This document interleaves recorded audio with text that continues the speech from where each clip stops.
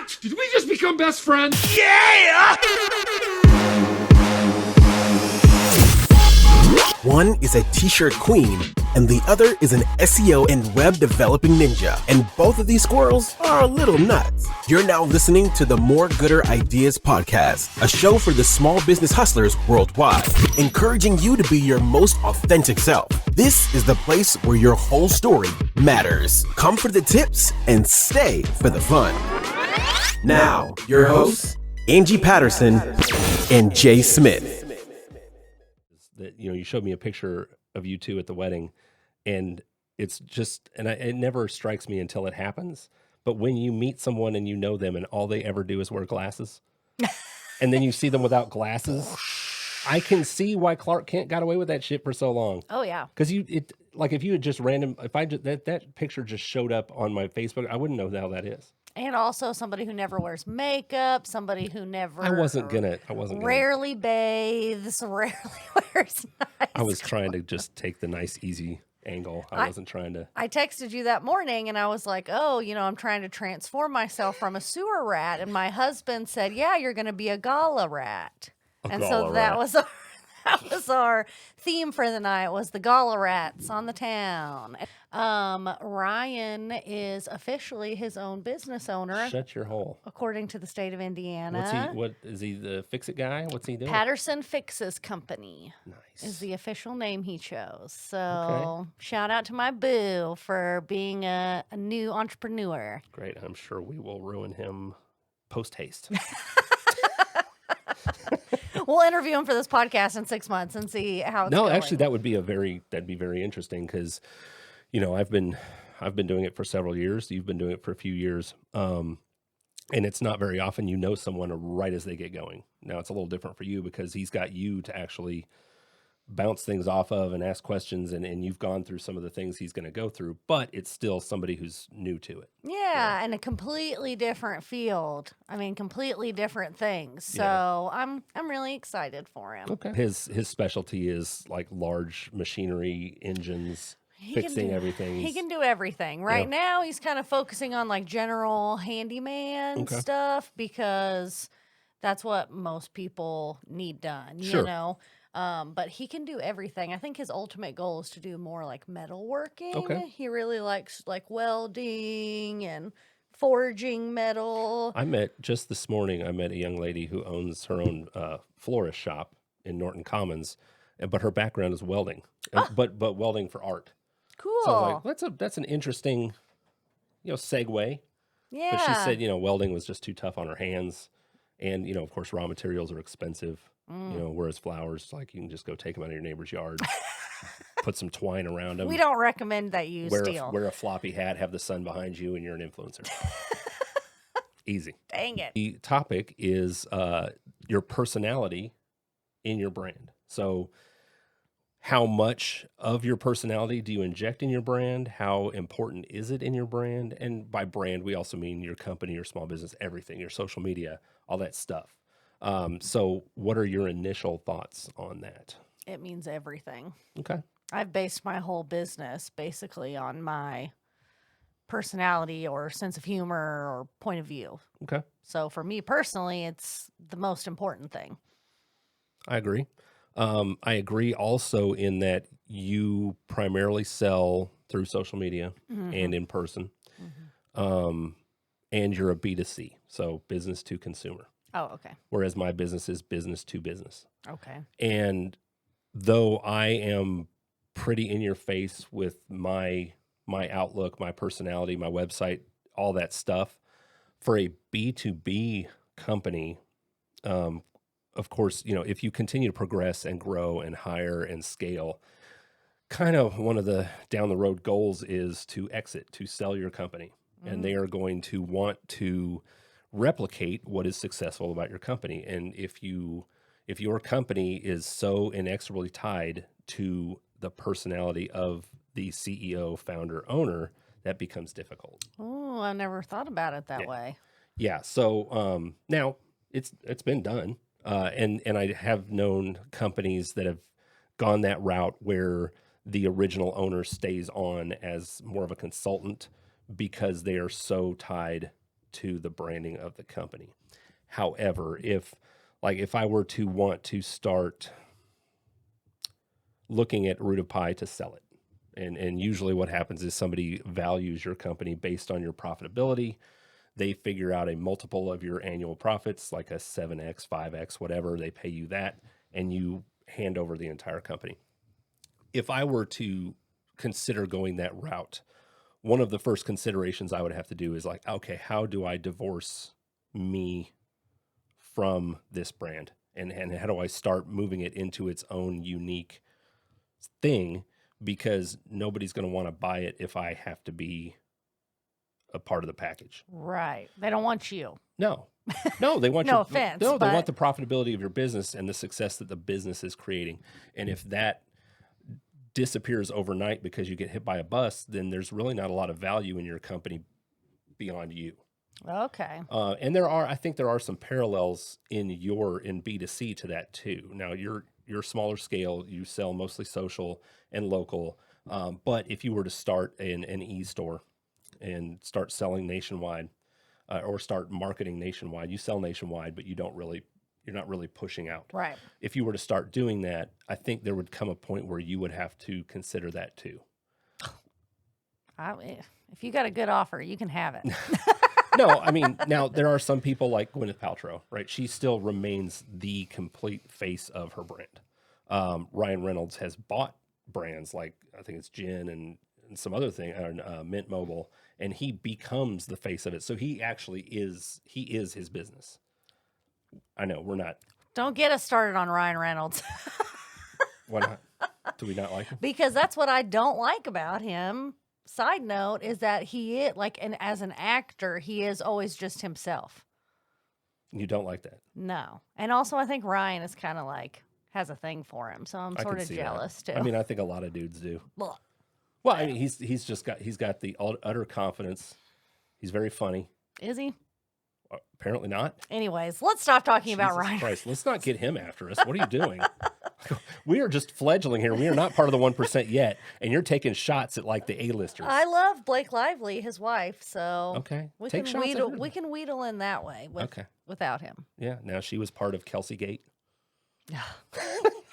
Don't get me. You want to get off on a tangent? Go for it. Travis Kelce and Taylor Swift are going to get married and have babies, and they're going to be together forever. My goodness, that escalated very quickly. What's this? A 2-week-old non? Do you think it's really 2 weeks though? Because I think they've probably been dating for a long time, and they're just now coming out as public. I think they're already in love. I think they've been in love. Where is all this coming from? Well, first of all, she was hanging out with his mom, and him and his brother. I did not know you were this in deep. Oh wait, we're pivoting. Fuck your personality. This is okay. So they are professional football players, but they're essentially like normal people, right? She has not been a normal person for a very, very long time, but comes from a somewhat normal background. She's been dating all these, movie stars and whatever. Are you about to start shitting on the entirety of celebrity world? Yes. You're making us a target. We're going that route. Okay. She's the biggest celebrity in the world. Yeah. She doesn't need anybody else's celebrity. And even though he's technically famous because he's on a very well-performing football team right now. And has a podcast. And they do He's whatever. a big personality. He's done a lot of commercials. He had his own reality dating show several years ago. Okay. Yes, he did. Did not know that. And Several years ago. How old is he? Like 25? I have no idea. I don't know. I think he's like probably closer to mine and Taylor's age. Me and Taylor are exactly 1 year apart. I'm exactly 1 year older than Taylor Swift. I have a problem, people. I'm glad you guys have found a common ground. We have the same birthday. Do you celebrate together? You have the same birthday? Yes. I'm exactly 1 year older than Taylor Swift. Oh, no wonder you know so much about Travis Kelce. Yes. And I just think that like he's kind of like they're like a normal or as normal as you can be family. And I think after all her years of fame and success, she's the biggest pop star in the whole world. She doesn't need anybody else's fame. So like maybe she like is actively avoiding being in that situation where someone else is also Right. having to fight all that constantly and paparazzi and whatnot. And I mean, everybody knows, like, it doesn't matter how big of a professional athlete you are. Like, eventually your star is going to kind of come down a little bit. So they actually have the potential of a reality show, a normal life. Oh, yeah. I mean, they're always going to have not normal to us, but as normal as you can have for her level of celebrity, because he's a normal person with a normal family. And there's also a bunch of like numerology stuff, which I don't necessarily believe in that, but let's just fucking do it. Let's do it. I mean, I don't know, because I can't do math, but like does math and numerology really intersect? Yeah, it's like a fuzzy screen when people start talking about numbers. What if you put on some essential oil? Would that help you? Or rub a crystal on your forehead? Would that do it? It might. I mean, the Venn diagram on all this bullshit you're talking is pretty. I love celebrity gossip. I think she's hanging out with his mom. He's letting her hang out with his mom. She's also been flying with the team. Really? Which is like a football wife thing. I didn't know that. She's been flying with the team. She probably has a better jet. She's probably giving them a ride. But I found this out on another podcast that like the team has to stay together. Oh yeah. So like in any sport, like when they fly home together or whatever. So again, my other point, you don't think Taylor Swift has a better ride to that game than with all those football players and their wives? Sure. It's because she loves him. It's because she's in love with him. She wants to have his babies. I can't wait. So I have, unless you're a gaylor, a gaylor, which are the people that believe Taylor Swift is actually gay or bisexual, then maybe not the greatest time in history for you, but didn't know that was a thing. For the other Swifties, it's a lifestyle being a Swiftie and like following all the things. It's hard. Okay. It's a lot of information. So anyways, personality in your business. I'm not sure we can pull these reins back onto the cast before we go over the edge. We may as well just, I mean, we're 20 minutes in. Is this the end of the episode? No, because, wow. Yeah, I don't. Maybe you just cut that whole part out. 20 minutes. Where I was talking about Taylor Swift and Travis Kelce. That's old news. No, it's pretty current news.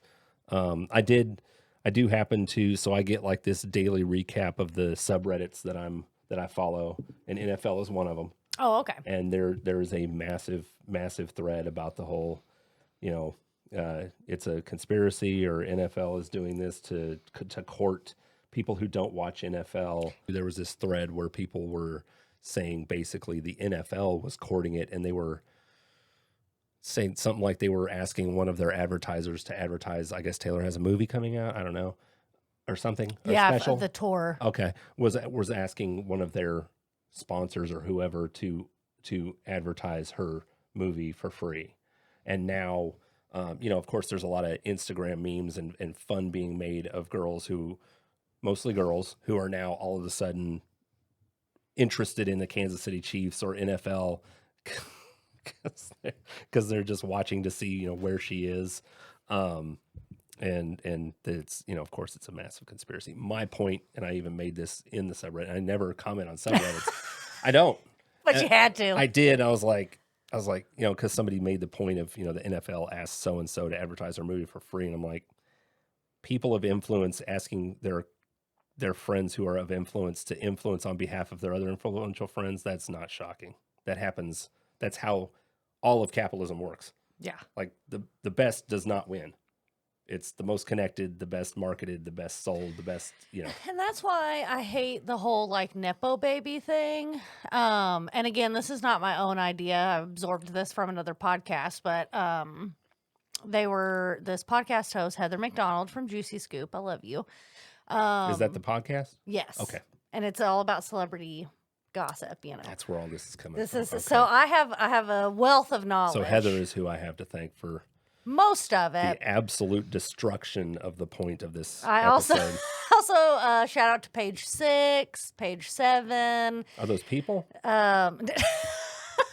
I mean, there's a lot of pages. You don't know in the what world. page 6? Oh my gosh, Jay. I'm 50. Page 6, it's like the original TMZ. That's where you It's get before TMZ? That's where you get all the have you ever heard the term blind item? No. It's like a term for celebrity gossip that may or may not be true. Ooh. The majority of it. And then page 7 is another podcast. It Where was it's all kind of a true. riff on like page 6 where they sort of talk about like celebrity stuff, you know. But where was I going? Oh, the Nepo baby thing. Like if you think about if your dad built websites Mm-hmm.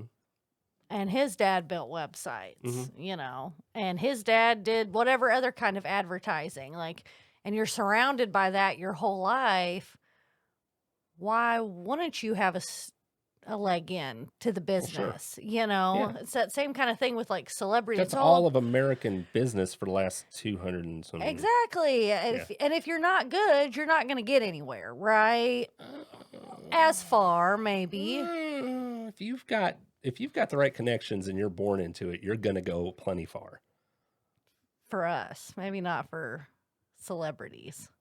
I don't know. Don't you disagree? I mean, no, I don't disagree because I can't come up with any examples right off the top of my head, but I'm sure there are people out there directing movies and acting in movies who have no business doing that because of.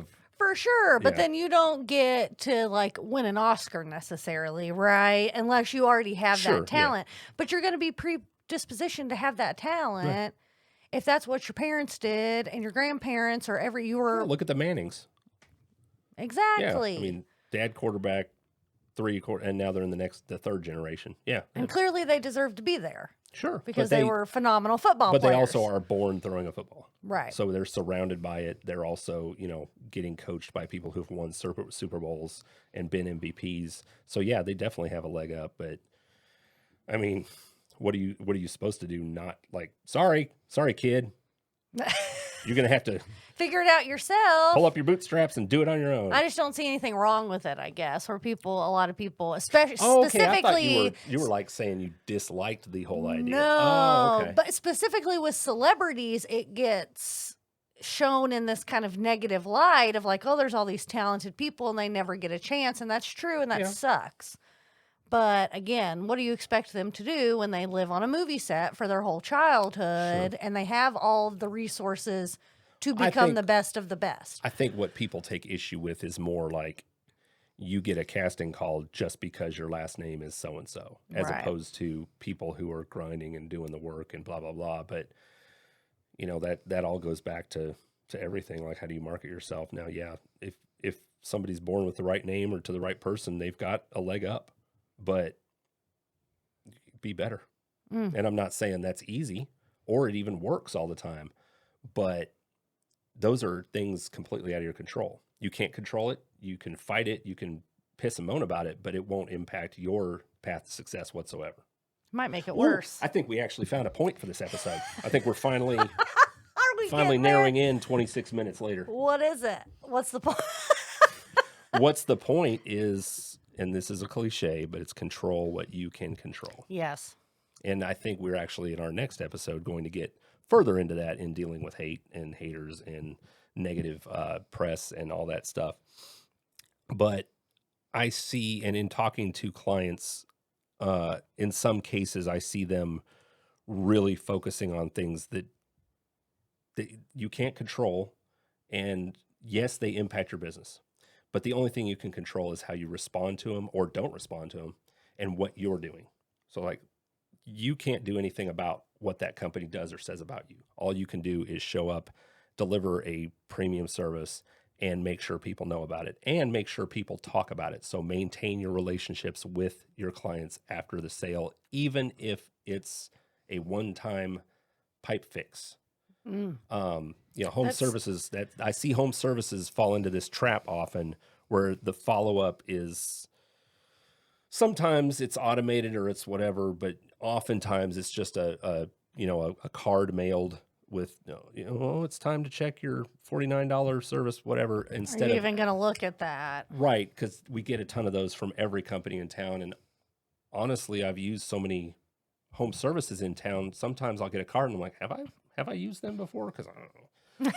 You forget. I've been doing this stuff for 30 years. I've been a homeowner for 30 years, so I've used a lot of services in town, and the few who actually really engage and stay in touch with someone on a regular basis, they stay top of mind, and then you refer them to your friends and family because like, and trust them, and now they get to feed off of your know, like, and trust, and it just smooths the skids there. But keeps you in the forefront of the mind too. Yep. But your competitor out there calling you Chuck in a truck. What's Chuck in a truck mean? So that is a sounds like a kind of hot dog or something. No, it's an avatar used by home services providers when they're talking about some butt crack Bob dude who just buys a truck, slaps a magnet on it, and now he's a plumber, or he's an electrician, or he's it's fly by night kind of thing. Okay. But that's what they all kind of Chuck in a truck. Chuck in a truck, okay. Just some dude. And if you look at chuckinatruck.com, it's a dude up in like Pennsylvania, I think. And he's got a 1990s, it's an old website with a variety of magnets depending on which job he's the website is old, but it's really his business. He's really Chuck. He's in a truck. It's really his business. Oh. But when you go to BNI meetings or networking meetings and you talk to other home services, if they're talking about, if they're a roofer, then they're talking about a roofer. If they're a plumber, because they don't care about cross services, they're worried about their competition, and they mention Chuck in a truck, and the idea is this is the guy who shows up, he's driving a beater, it's got a sticker, a magnet, or it's spray painted on the side. He's got to borrow some of your tools. He finishes half the job and doesn't come back. It's wrecked. You have to spend more money to get it fixed after he's gone. So that's kind of like a way of saying, you should go with a reputable company that has uniforms, has all of these markers of being a serious business, as opposed to dude in a truck. Yeah. Chuck. If you have experienced a Chuck in the truck and you want to change, you should reach out to Patterson Fixes Company in the southern Indiana, Kentuckiana area. I didn't realize I was teeing you up for the plug. That worked very well, actually. Call Ryan Patterson at 8. Ryan is trying. Trying Ryan. That's a way better business name. I'm sure it's available. I don't know. And his catch line is, I can try. I'm calling him just to see if he'll try. He may not be able to do it, but he'll try. It's funny that when you were talking about the control thing too, is, you can control a little bit of your own destiny too, just by asking for what you want. Mm-hmm. An example, like this week, another business owner asked me, how did I get my customers to post pictures of themselves in my stuff on Facebook or in my Facebook group? And I said, well, I asked them. In your stuff. Nobody's in this stuff. Well, how was it funnier when you did that? Everything's funnier with a rim shot. But yeah, I feel very blessed, and it took me a really long time to get where I have a Facebook page and a Facebook group because of the algorithm. So to get other people to engage in my Facebook group besides just me all the time. And so another small business owner I'm friends with was like, how did you get them to do that? And I'm like, I just ask them. And they don't always say yes. Or sometimes they say yes and then I never see a post or whatever. But I just ask. Because how else are they supposed to know that that's what I want them to do? Or how much that helps me? And I'll tell them, do you care to post a picture in that in my Facebook group? That way everybody can see how cute you look in it and maybe what it looks like on a person. Because a lot of times my product photos are what's called a lay skeleton. Flat. Yeah, on a skeleton or not on an actual person. And so, when you have your own business and you are thinking about, okay, what can I control? What can't I control? Just don't be afraid to ask for what you want, sure. Especially from a happy customer. If you know you have that customer that loves what you're doing and wants to support you in any way they can, just tell them what you want them to do. Sure. Well, and a big part of that is referrals, mm-hmm. Right? A lot of people would shy away from asking for referrals. There's a right way to do it. And some people don't necessarily even want to bring up the conversation because some people like, no, I don't refer anybody because they've had a bad experience. So they've referred a family member and they've gotten commission breath salesman, which is a term I just heard today, which I absolutely love, which is when you go to a referral networking meeting and, you know, somebody's talking to you and they immediately figure out that you aren't a possible mark for them or, you know, a business opportunity. They're like, bye. And thought we were friends. Right. I was like trying to make a connection here, and that we'll go on a whole nother several episodes about network marketing. And we hope that you got some value out of this conversation today. And if you're looking for even more valuable information, you should visit Jay's website. Tell him what your website is. therootofpi.com. So ROOTOFPI.com. And if you need a t-shirt, you can go to sandypantscustoms.com. And I'm Angie. And I'm Jay. Thanks. You can. I don't know what I'm Angie. Thanks for checking out this episode of the More Gooder Podcast. Make sure to follow us on Instagram and Twitter at More Gooder Ideas and search us up on Facebook, the More Gooder Ideas Podcast. And don't forget to like and subscribe on your favorite podcast platform so you never miss an episode.